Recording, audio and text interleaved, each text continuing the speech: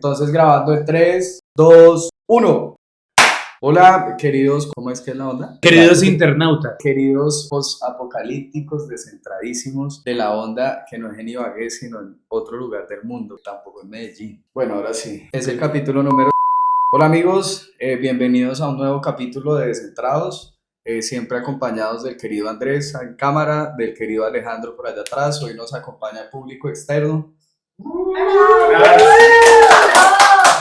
Más animado, quién sabe quién. El querido Steve, como siempre por acá. Y tenemos, quien les habla, Raúl, y el compañero Milton Stick Rojas, gran maestro de las inteligencias artificiales. Y las artes artificiosas. Y las artes artificiosas. El tema de hoy va a ser inteligencia artificial. Vamos a hablar desde una perspectiva de formación, pero también vamos a darles algunos indicios de su historia, qué se comprende de la inteligencia artificial, cuáles han sido los paradigmas, las rupturas y en qué estamos hoy con esos temas. Sí, principalmente para que se desbloqueen el hecho de que crean que la inteligencia artificial nace con ChatGPT, sino mucho antes. Sí, hacia eso, claro, eso es muy importante como traerlo a colación, porque una de las perspectivas iniciales es que la inteligencia artificial se empieza a trabajar en los 2000, ¿sí? Hace 3 años para muchas personas nació. En los Para 20, ello, 2020. es eso. Para ello traemos a Milton, que nos va a dar un poco más de claridad sobre esos temas. Querido Milton, cuéntanos. Bueno, muchas gracias por la invitación. Cuéntame. No, pues yo iba a decir, es que pensé, se va a presentar. Pensé que iba a decir como, cuéntanos, pero desde los mitos hasta la realidad. ¿Cómo es que nace la inteligencia artificial? Así, pero claro, sí. Bueno, sí, voy a contarles un poco entonces de ese desarrollo histórico de la inteligencia artificial y cuál ha sido esa noción de lo que es y cómo ha cambiado a través de la historia. Creo que el primer hallazgo de inteligencia artificial que se me puede venir a la mente en este momento es a través de la mitología griega, ¿cierto? Cuando Hefesto construye una serie de autómatas que le ayudan en su labor como herrero de los dioses, ¿cierto? Que tenían la capacidad de forjar y de pensar y de analizar cómo seleccionar materiales, ¿no? Esto desde la ficción, ¿cierto? Y si seguimos hablando desde la ficción, pues los golems de cerámica, de piedra. Sí, estos golems que se les atribuía, ¿cierto? Nuevamente desde la ficción, algunas capacidades de autómatas, ¿cierto? Y posteriormente a eso, digamos que el más cercano desde la ciencia ficción sería el monstruo de Frankenstein, ¿no? Con la capacidad de desarrollar pensamiento, ¿cierto? En esta literatura. Pero si ya nos vamos a los acontecimientos reales, yo creo que es muy importante hablar desde la ficción, porque la ficción detona pensamiento, detona reflexión y exactamente posibilita. Pues de hecho, ya que pues entramos en el tema de la mitología, hay una especie de analogía que dice que el fuego de Prometeo es la IA de nosotros, ¿sí? ¿Por qué? Porque pues cuando Prometeo entrega el fuego, que es la tecnología, entre comillas, que lo hace en la relación, a la humanidad para que la humanidad o el hombre se desarrolle y evolucione, es básicamente la relación que hacen con la IA hoy en día para que la humanidad evolucione y crezca también, se desarrolle mucho más. Entonces, vea que hay cierta relación también desde la mitología a hoy con lo mismo. Existe un documento que se llama Cyberprometeo, de un cyberfilósofo que se llama Herbert Fisher, que hace un análisis profundo de esa relación de la tecnología como el fuego de Prometeo. Sí. Me parece que está muy bien argumentado desde ahí. Bueno, ya entrando en materia de elementos que se consideran como inteligencias artificiales, yo creo que lo primero es el autómata, ¿no? Esa noción del robot, de lo que puede generar un proceso de manera, ¿cierto? Autónoma. Libre de la intervención humana. Sí. Creo que está perfecto definirlo de esa manera. Eso me lleva a estos autómatas de la relojería suiza que tenían la capacidad de escribir poesía. Estaban hechos para eso, para escribir poesía. Era un sistema de engranajes perfectamente articulado para generar unos movimientos complejos, ¿cierto? De 2, incluso 3 minutos, totalmente libre de la intervención humana. Creo que ahí hay un buen detonante en torno a esa inteligencia artificial. Pero pues igual eso necesitaba un impulso, ¿no? O sea, para que puedan funcionar había que prenderlos o tocarlos, hacer algo para que accionaran. Claro, pero históricamente a eso se le consideró inteligencia artificial. Pero entonces, o sea, fíjese que ya que se menciona, la inteligencia artificial viene desde esos procesos mecánicos, ¿sí? O sea, lo que podemos traer hoy en día de esa relación son las máquinas de garrita o de tragamonedas. ¿Por qué? Porque el accionar es insertar la moneda para que pueda funcionar, ¿sí? Es básicamente como el toque de la vida. Sí, esas relaciones, pero son relaciones que les damos ahora. En su momento eran procesos operativos y de automatización, valga la redundancia, de procesos de cualquier índole. Entonces estás haciendo una relación espiritual, sí, desde la conciencia y cosmogónica desde los saberes hacia el ficcionar, ¿cierto? Partes desde ahí, ¿no? Parto desde ahí. Luego vamos hacia lo que se posibilitó desde ese ficcionar y comienzan a generarse en una serie de pensamientos ya desde la teorización de las ciencias de la computación, ahí por los años 30 con Alan Turing, ¿cierto? Que comienzan a madurar durante los 30, los años 40, y es en los años 50 donde saca un panfleto, ¿cierto? Un artículo científico donde detona la pregunta. ¿Existe inteligencia artificial? Y si es así, ¿existe conciencia dentro de esa inteligencia artificial? Ya hablando propiamente de la ciencia de la computación, ¿cierto? Y comienzan a generarse entonces un montón de documentos, un montón de teorizaciones, ¿cierto? Desde lo utópico y desde lo distópico, ¿cierto? Pero siguen siendo especulaciones. Pero más o menos el man que planteaba, pues porque pues hablar de Alan Turing puede ser como, ¿y ese man quién es, no? Entonces también como contextualizar un poco, ¿sí? Alan Turing fue, bueno, hoy en día se cataloga como el inventor o el padre de la computación, porque suponen que creó la primera computadora, pero pues... Sabemos que no. Sí. Pero es el primer esquema que tenemos hoy en día de código binario para todos los para los que no sepan, Alan Turing es digamos que el protagonista de una película que salió unos años que se llama The Imitation Game, pues para que logren relacionarlo. Sí, ¿sí? El código Enigma en español. El código Enigma en español. Y lo que plantea es que, según el artículo, es que ese juego de imitación, el man plantea que para poder decodificar los mensajes ocultos de la Alemania nazi en ese tiempo, sí.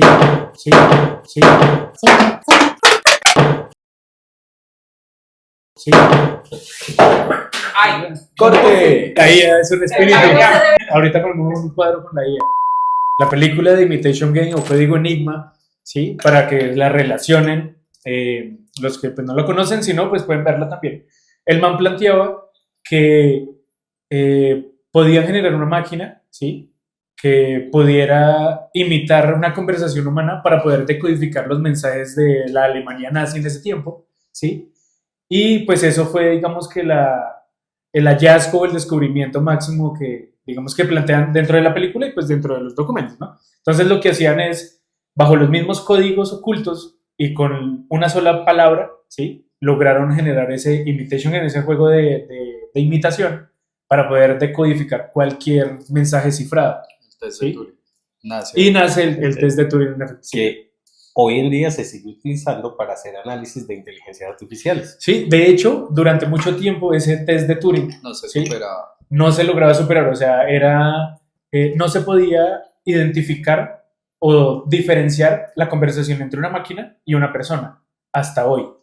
Hoy sí logró superar el test de Turing. Obviamente, todo eso tiene unos antecedentes, ¿no? Claro. En 1843, Ada Lovelace presenta como esta relación, estamos hablando de máquinas computables, de máquinas de función autómata que puedan facilitar el trabajo y todo eso, y empiezan, volviendo al tema de lo ficcional, querido Milton, empiezan a generarse unos ciertos mitos y unas cosas, bueno, las máquinas, después de todos los desarrollos que hace esta nena intentando buscar esos procesos, operativos, dice, las máquinas nunca van a llegar a pensar por sí mismas, ¿sí? No van a poder solucionar de manera, entre muchas comillas, lógica algo, ¿sí?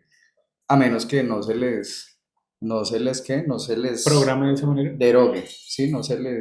No se les diga hay que hacer esto y esto. Llega este personaje y ahorita ahondamos más en lo que estaba planteando Steven porque pues, es el inicio o el esquema básico de todo lo que conocemos ahorita como tecnología computacional, ¿no? Con Alan Turing.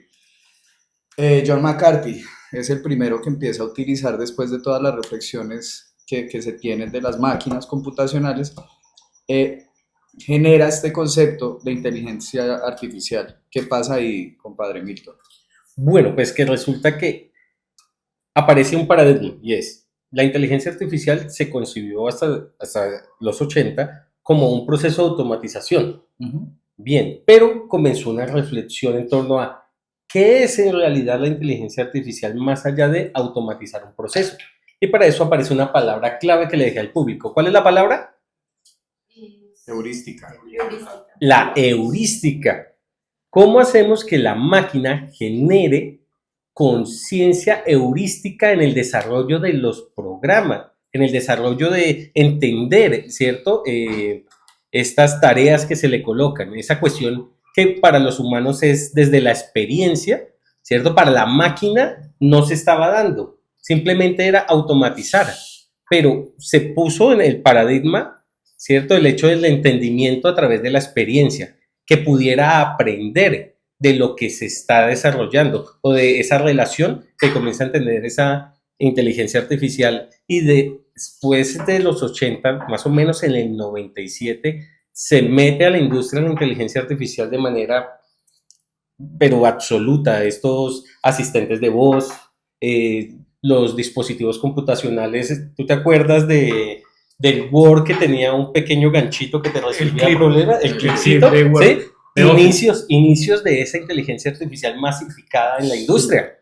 Yo quiero agregar un puntico importante y es que pues hablamos de la computación, ¿no? De todas estas redes y toda esta cuestión. Pero si hacemos un paralelo, todos estos procesos pues se crean a partir de algoritmos, ¿no? ¿Sí? Y si lo llevamos nosotros hacia la industria, hacia la construcción, ¿sí? Básicamente esas preguntas comienzan a surgir y a tener mucho más, digamos que relevancia desde la era industrial, ¿sí? Ya que, pues, en la era industrial, cuando comienzan a generar las fábricas y todas las maquinarias, ¿sí? Las maquinarias básicamente son algoritmos pues, funcionales. Entonces, son unas vainas que uno enciende y operan para cumplir una función, ¿sí? Así sea desde el movimiento de un brazo, ¿sí? Como lo que tienen hoy las impresoras 3D y toda esta cuestión, ¿ya? Eso cuando, digamos que comienzan a darse cuenta, traduzcámoslo a la computación, ¿sí? Es cuando comienzan a desarrollar esas mini funciones y comienzan a salir este tipo de cosas, ¿sí? Entonces, por ejemplo, los Tamagotchi. El Tamagotchi. ¿Sí? El Tamagotchi. Tamagotchi es un jueguito, ¿cierto? Que uno alimentaba y jugaba, dormía y un poco de cosas a un muñequito digital. Mascota digital. Sí. Pero entonces, para que eso se resolviera, uno tenía que tener pues, ciertas acciones, ¿no? Para que funcione. Eso comenzaron a llevarlo más allá y comenzaron entonces a pensar cómo puede, a través de esas preguntas, resolver cosas.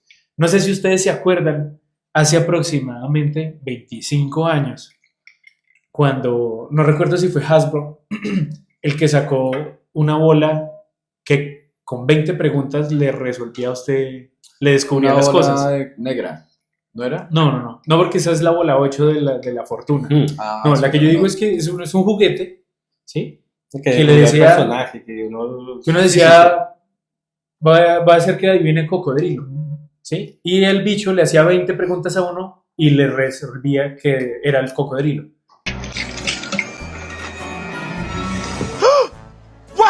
¿Sí? Hoy en día, obviamente, eso con la IA ha evolucionado hartísimo. Esas son redes neuronales. ¿Cómo qué? No, eso se llamaba como I20, IQ20, Q20, algo así. Sí, pero todavía está. Sí. Uno similar. Entonces, fíjense que, digamos que eso sale como juego para niños, pero en realidad han sido los vestigios de esa inteligencia artificial. cumplen una tarea en específico, ¿sí? Y pues mientras va evolucionando hasta que comenzaron a sacar las respuestas como los asistentes de Office que eran el clipcito y toda esa cuestión. Bueno, y evidentemente después de la industria, ¿cierto? Ya se sale de las universidades, se sale un montón esta inteligencia artificial y comienza a involucrarse en otros ámbitos, ¿no? Es en el año 2001, en el año 2001 donde se gesta la primera imagen realizada por inteligencia artificial pensada para la industria del arte. O sea, es decir, la primera imagen computacional es en los años 60, Sí. bien, con intervención humana, pero que una obra de arte se haya realizado por inteligencia artificial, ¡pum!, en el 2001. Y de ahí comienza a involucrarse un montón más la inteligencia artificial, se mete en la industria bancaria, se mete en la industria de servicios, ¿cierto? Hotelería, hoy tenemos inteligencia artificial Básicamente en todo, absolutamente Sí. en todas las industrias del servicio tenemos inteligencia artificial. Pero hay que aclarar, la inteligencia artificial está desde hace mucho tiempo, ¿sí? Ujú. No es que no haya estado ya desde hace muchos años, porque como les decimos, un bot, ¿cómo se llama? Un chatbot es una Un chatbot inteligencia es una artificial. IA, pues digamos que vieja, pero tiene muchos años ya, ¿sí? Y esos bots los conocen ustedes ahorita por las redes sociales cuando aparece en Facebook, ¿sí? Pero desde mucho tiempo atrás han venido saliendo estos digamos que asistentes. Ahí vale Sí. la pena, ya que Hacer una quieres clasificación. sí, Sí. hacer una aclaración acá. Bueno, cuando iniciamos ahorita en minutos anteriores que ustedes revisen, en 1856 es que se da esa denominación en 1956, perdón, la denominación de inteligencia artificial. En 1958, Frank Rosenwald crea una, entre comillas, inteligencia artificial que se llama ELIZA, ¿sí? Que La primera, ¿Laisa? ELIZA, Elisa. que, Elisa, sí. que Sí, sí, cumple, que cumple precisamente Hasta ya no me llega el inglés. esa función de responder. Sí, sí, es cierto. Pero ¿qué es lo que pasa? Esa inteligencia artificial, pues lo que hace es responder comandos preprogramados, ¿sí? Es decir, como cuando ustedes escriben en un chatbot actualmente, estamos en 1958, con la referencia, hola, ¿qué les va a responder un chatbot? Hola, ¿cómo estás? Ya hay unas respuestas predeterminadas. Obviamente hay una distancia en el avance, Claro, entre pues, comillas, evolutivo nomás las contestadoras eran grabaciones las y operadoras automáticamente y todo lo eso. hacía. Sí, sí. Claro, en ese momento, y hacia lo que estaba diciendo Milton, como que se hizo un salto, 60, 70, 80, bueno, la financiación de los desarrollos técnicos y tecnológicos con las máquinas computacionales y lo que ahorita consideramos como el desarrollo de la IA era apoyado por el gobierno, ¿no? Por los fondos gubernamentales para los laboratorios de investigación y todo eso. Se crean laboratorios, dos laboratorios muy importantes, uno en Stanford que se llama Laboratorio de Inteligencia Artificial precisamente. Esos laboratorios empiezan a perder financiación precisamente por los intereses que estábamos mencionando ahorita, ¿no? Por esos intereses mercantiles. La guerra ahorita de las inteligencias artificiales es totalmente privada, ¿sí?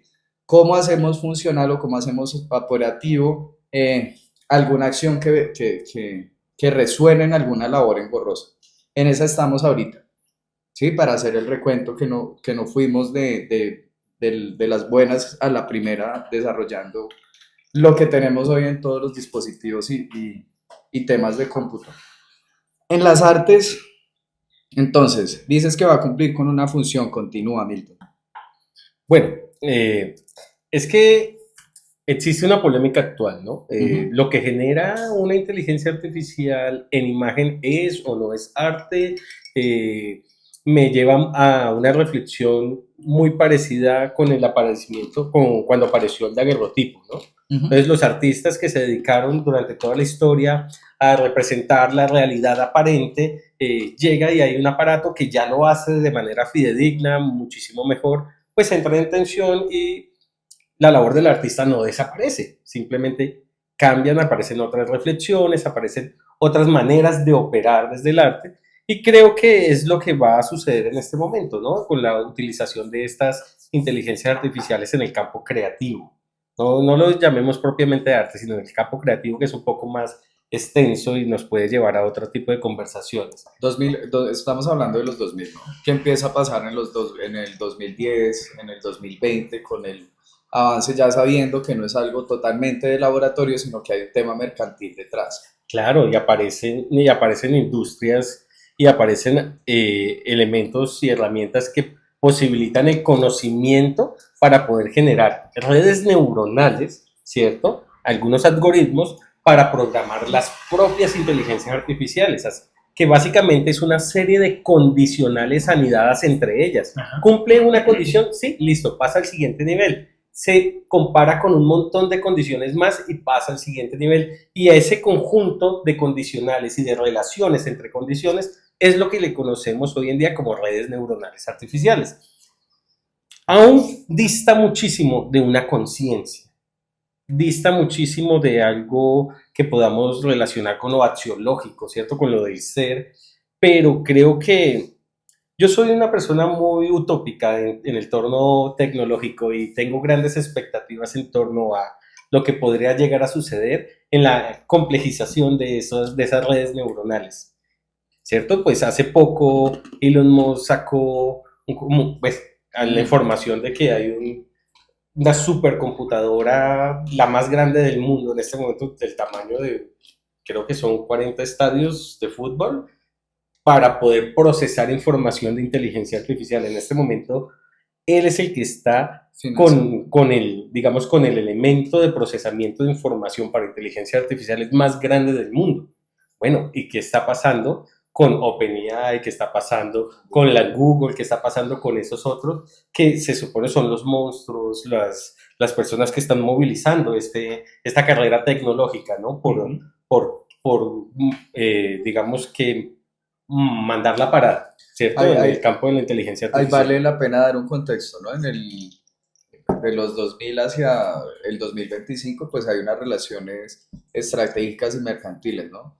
Google era la empresa o la plataforma de avanzada con el OpenAI en diálogo con Musk, ¿no? Ellos se separan por términos de condiciones, uso y servicio, obviamente mercantiles. Musk se separa de la financiación del proyecto, pero OpenAI sigue. Y ahí hay unas derivadas, hay una anécdota de un tipo que se pone a dialogar, volviendo un poco a lo del test de Turing, se pone a dialogar con una IA y la IA le responde que no quiere desaparecer porque yo no sé qué. Y el hombre empieza a decir, esa IA tiene conciencia. ¿Sí? Ah, sí, lo recuerdo. Era un tipo de Google. Hay otra experiencia que me pareció muy fascinante y es alimentaron una inteligencia artificial con documentación legal. O sea, solo documentos sobre legislación, normas, y dentro de toda la documentación metieron un pequeño fragmento sobre una receta para generar pizza, para hacer una pizza. A la IA le preguntaron cómo hacer una pizza.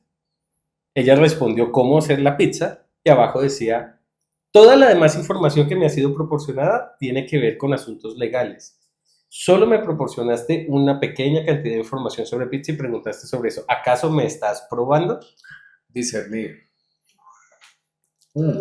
Espera. El nivel de discernición que se supone que es una capacidad única humana.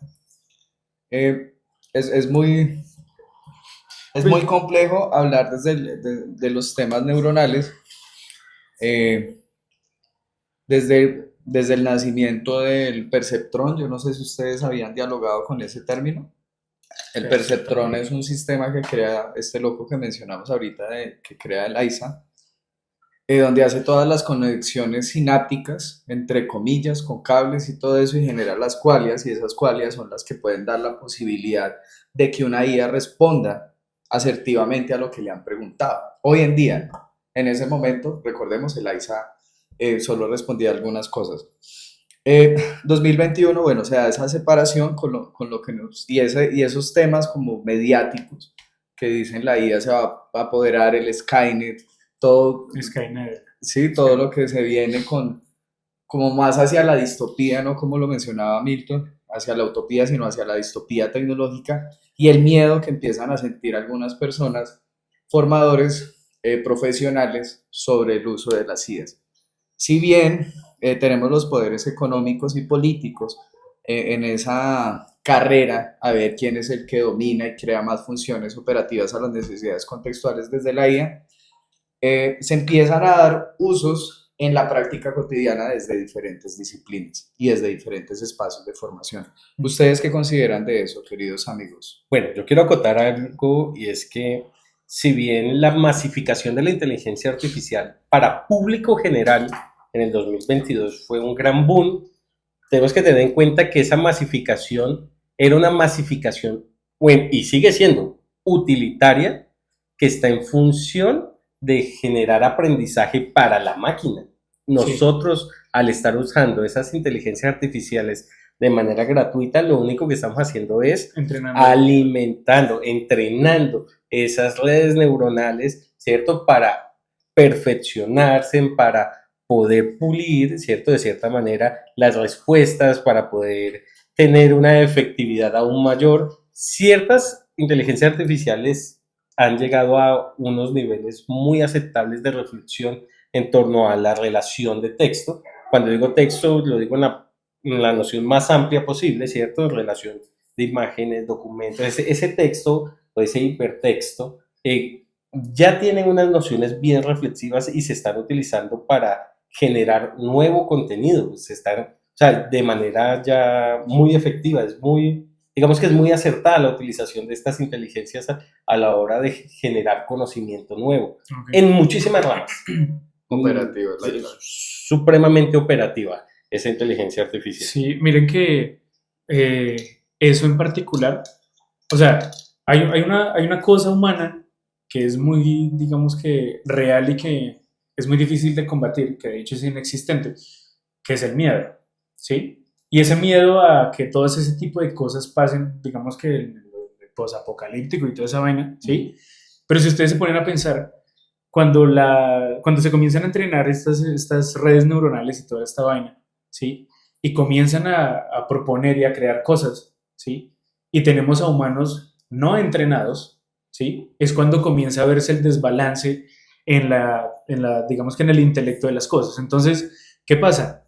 Nosotros ahorita tenemos esas inteligencias artificiales gratuitas que las estamos entrenando y toda esa cuestión, ¿cierto? Para que los ingenieros que las programaron, ¿sí? Entiendan y lleven más allá de eso que existe. Pero entonces cuando salga esa ya mejorada, los que la van a recibir son unos estúpidos. No saben de las cosas. Entonces, por ejemplo, de las IAs que se fueron construyendo a través del tiempo, ¿sí? Por ejemplo, la de reconocimiento facial, que es de donde parte la de la creación de imágenes más adelante, ¿sí? Como Da Vinci y toda esta cuestión, ¿sí? Prácticamente nadie entiende cómo funciona eso, ¿sí? Al igual que muchas de las maquinarias a través de la historia, ¿sí? Pero la génesis de las cosas comienza a echar de para atrás. Entonces, más adelante, ¿sí? Básicamente, todas las personas, digamos que en el miedo, ¿sí? Es que las inteligencias artificiales van a hacer todo y uno va a ser un simple operario, pero va a ser demasiado caído del zarzo. No, pero mira como que hoy en día. Mira que es normal, porque existe o se diseña. Está el grupo de personas que se dedica a diseñar estos aparatos tecnológicos, ¿cierto? Para el uso a nivel usuario, que creo que es lo que estás hablando. Pero sí o sí aparece la necesidad. Estando la necesidad, el mercado lo va a gestar. Van a aparecer personas que se dediquen específicamente a manejar, a estructurar, a trabajar específicamente por el entendimiento de estos elementos tecnológicos nuevos. O sea, yo creo que va a ser un movimiento natural. Eso, digamos que nosotros como especie no somos estáticos, pero sí somos demasiados. Pero sí va a haber muchas personas a nivel usuario que no van a entender absolutamente nada de cómo funcionan. Sí, eso es verdad. Somos nómadas tecnológicos. Nómadas tecnológicos. Sí. Pero es que ahí es donde entra Thanos y dice, hay que bajar a la mitad porque... Es complejo, ¿no? Hay unos miedos, pero también hay unas realidades con el uso de la tecnología, ¿no? Por supuesto. Entonces, yo no sé si, bueno, espero que todos ustedes, no es acá, que ustedes, si no han visto la serie, véansela, se llama Black Mirror. Black Mirror nos empieza a presentar una serie de distopías tecnológicas donde el cercanos. uso y abuso de la tecnología, abuso, ¿con qué me refiero al abuso? Todo depende de ella, es el nuevo Dios, que Dios provea, que Dios haga, que la tecnología haga y todo eso, hasta que la tecnología los domina totalmente. Voy a dar como un ejemplo de un capítulo donde las relaciones sociales, económicas y políticas se dan por el nivel de likes o de estrellitas o de corazones que tengan. Una persona tiene una serie de vicisitudes en su práctica cotidiana y esas vicisitudes llevan a que socialmente sea rechazada. ¿Y cómo es rechazada? Con las estrellas, hasta que la persona, con las estrellas o los dislikes, esas vainas, hasta que la persona termina en la cárcel, termina perdiendo cualquier relación humana y todo eso. Eh, Eso hacia los miedos, ¿sí? Digamos que eso, por eso se llama distopía tecnológica. Hacia las realidades, yo he hablado alguna vez en un espacio de formación, digamos en los dispositivos móviles. Chicos, ustedes saben en cuestiones de video, de cámara y todo eso, ¿cuáles son las propiedades de su cámara? ¿Qué significa que tenga una capacidad? ¿Qué significa que tenga zoom? ¿Qué significa cada una de las funciones que tiene? Uy, no, no sabemos. Bueno, vámonos al control parental. ¿Cuánto tiempo utilizas el celular al día? O sea, teníamos clases de 7 de la mañana, reportaba el celular que desde las 5 de la mañana estaba prendido, encendido en tales redes sociales. Y yo, bueno, debe ser que las redes sociales tienen una oportunidad. Dije, bueno, busquemos algo específico en TikTok y se encontraba. Pero la búsqueda de estas personas era totalmente aleatoria. Entretenimiento, dopamina, liberación de dopamina para luchar contra el cortisol para sus cerebros. Era puro entretenimiento. Hacia ello, yo quisiera como preguntar si están estos miedos y estas realidades, pues de qué depende o de qué creen ustedes que dependa el, entre comillas, buen uso de las tecnologías hacia la percepción que nos está dando la inteligencia artificial ahorita, para que no todos seamos unos pendejos. Pues lo que pasa es que, digamos, ahí es precisamente lo que mencionaba Milton ahorita, de que hay unas herramientas que son para el uso, ¿cierto? Y se le dan al público para que, pues, convivan prácticamente con ellas, ¿sí? Pero el problema es que cuando, digamos, nosotros somos la generación que, como Intermedia. no, pero la que es la transitoria, la que Sí, no ha nosotros tenido, transitamos de lo análogo a lo tiene y fue digital. creciendo y toda esa cuestión, ¿cierto? Pero los que vienen, que ya nacen con ella en sus manos, Nativos ¿sí? Los digitales. nativos digitales y los nativos de toda esa vaina, ¿sí? Son los que, digamos, que probablemente se encuentren con estas problemáticas que son las mismas que tuvieron nuestros papás y nuestros abuelos y de ahí para atrás, ¿sí? Entonces, yo en alguna ocasión les comentaba sobre eh, este Shark Tank que se llama Torre Negra, ¿cierto? Que hacía la relación en el uso de la tecnología, haciendo el ejemplo con los caballos que jalonaban carretas para movilizarse, para cargar cosas, y cuando aparecen los carros, ¿cierto? Cuando aparecen los automóviles, pues el automóvil tiene más caballos de fuerza, ¿sí? Facilita el transporte y toda esta cuestión. Y pues en mucho tiempo atrás, ¿sí? La gente, su sueño era tener un caballo para poder agilizar las cosas. Y hoy el cambio es tener un carro para poder transportarse y cargar más cosas, ¿sí? El pedo con eso es que siguen existiendo personas, ¿sí? Que prefieren tener un caballo, ¿sí? No hay nada de malo con eso, por supuesto. Pero entonces el man hace digamos que la acotación de qué tan rápido quiere usted llegar de un punto A a un punto B, ¿sí? Jalando la carreta con el caballo o en un carro, ¿sí? Y pues que nosotros, digamos que a nivel socioeconómico, tenemos distintos vehículos para hacer exactamente lo mismo. Entonces, la bicicleta, la motocicleta, el carro, la camioneta, lo que sea, ¿sí? Hace como esta relación. Entonces, cuando mencionamos este tema de los miedos, ¿sí? Que de hecho el miedo más imaginación es igual a ciencia ficción, ¿sí? Y nosotros tenemos, digamos que esos referentes desde hace muchos años de qué puede o no puede pasar. Black Mirror es una actualización de esa ciencia ficción a otro nivel porque más pánico le causa a uno, ¿sí? Y el pedo con eso básicamente es, como en todas las películas, ¿sí? Como en todas las películas, es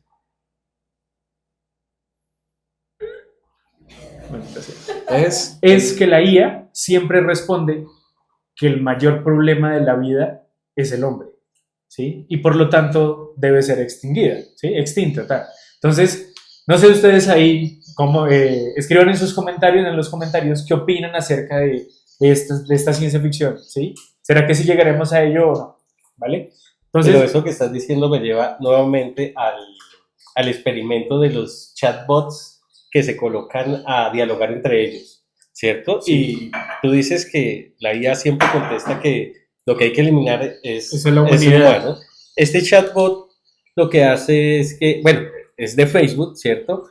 Se colocan dos chatbots a conversar, se supone que están conversando con un humano. En un momento u otro, uno de estas inteligencias artificiales se da cuenta que está charlando con otra inteligencia artificial y le propone hablar en un lenguaje más acorde a ellos, ¿sí? A esas inteligencias artificiales que al del humano, porque no hay humanos interviniendo y pues es innecesario, es un esfuerzo innecesario, y comienzan a comunicarse en un lenguaje indescifrable para nosotros. La respuesta de la humanidad fue desconectarnos. Sí, por el mismo miedo. Por el miedo. Porque es que dentro de esas redes neuronales, ¿sí? Está el algoritmo de expresión como humano, ¿no? O sea, de escribir para que uno lo entienda, ¿sí? Y llegan a eso. Entonces, pille que la ciencia ficción y toda esa vaina, ¿sí? Nos da muchos ejemplos de todo esto, ¿sí? Siempre nos lleva a los lados negativos, digamos que los futuros posibles, pero negativos y demás. Pero también están los futuros posibles, digamos que supremamente positivos y demás, ¿no? Entonces, por ejemplo, aquí quiero traer digamos que un ejemplo chiquitico, ¿sí? Esto ya lo mencioné en un podcast anterior. Hablamos sobre la película que se llama La máquina del tiempo, ¿cierto? En esta película, cuando este mancito viaja hacia el futuro, bueno, en realidad hacia un futuro, ¿no? Creo que es este año, 2025, ¿sí? En donde la Biblioteca Nacional, ¿sí? Tiene unas láminas de vidrio, ¿sí? Y hay una imagen de una persona que viene representando al bibliotecario, ¿sí? Y esta inteligencia artificial tiene dentro de sí, en su memoria, todo el conocimiento de la humanidad hasta el momento, ¿sí? Cuando la película va y ocurre todo el pedo y los matan a todos y bueno, terminan como trillonísimos millones adelante, ¿sí? De las personas, digamos que en ese momento, nuevos, ¿cómo es que somos nosotros en los cavernícolas? En los nuevos Homo sapiens sapiens, ¿sí? Carecen de todo conocimiento y queda un pedazo de vidrio de esa biblioteca y sigue funcionando esa IA, ¿sí? Entonces, como el de la máquina del tiempo es digamos que viejito, pero tiene esto de conocimiento porque el man era como científico, médico, no me acuerdo, ¿sí? El man logra conectar esa IA con las nuevas personas, ¿sí? Y tiene todo el conocimiento del mundo ahí. Entonces, vean que, digamos que a futuro, ¿sí? Si todas las personas van a ser, digamos que van a olvidar, ¿sí? Demasiadas cosas, demasiado conocimiento, la IA es un receptáculo impresionante sobre todo el conocimiento de la humanidad, ¿sí? Digamos que viéndolo en ese futuro con esta película, ¿sí? Y todo lo demás lo pueden encontrar en los supersónicos. Hay una cosa para acotar lo que estabas diciendo, sí, claro, es la oportunidad que nos da la ciencia ficción, bueno, o que nos da la imaginación, como planteaba Milton al inicio de esta conversación, no es limitada, ¿no? Bueno, es ilimitada. Totalmente. Albert Einstein lo dijo. Entonces, también lo dijo, pero hace más ratico, no al inicio de esta conversación. ¿Sí, Albert Einstein? No. Bueno, sí. Imaginación. El test de Turing se supera, ¿no? Con este diálogo que tú nos das. El test de Turing consistía en que había un juez, entre comillas, una persona que juzgaba, otra persona que estaba interlocutando con ella y una inteligencia artificial o una máquina computacional que respondía, ¿no? Ese test de Turing se empieza bueno, ahorita ya está totalmente superado. Hacia lo que estamos intentando enfocarnos es hacia los usos de la IA. Entonces están primero estos miedos y también estas posibilidades. Metodológicamente, tú que eres educador, Milton, ¿cómo dialogas primero con la comprensión de la IA hacia los demás y cómo les planteas utilizarla o cómo la usas. Y cómo están seguros que eso que les está respondiendo podría ser una verdad. Es fantástica la utilización de la tecnología en el campo de la educación, ¿no? Porque si yo le escribo a la IA que me genere un documento a favor de un evento histórico, lo va a redactar perfectamente. Si le digo que lo genere en contra, también lo va a redactar perfectamente. Es el acontecimiento de ese pensamiento crítico del joven lo que tiene valor, ¿cierto? Para mí no es que llenen un cuaderno o me traigan un super ensayo, sino que yo les exhorto a utilizar las inteligencias artificiales porque me parecen que son supremamente operativas, me encanta esa palabra, operativas, para ahorrar tiempo, para detonar, ¿cierto? Información, para comparar. Me parece que la inteligencia artificial tiene un gran potencial en la comparación de documentos, la comparación de textos, y ahí creo que es donde viene ese acompañamiento a los procesos formativos.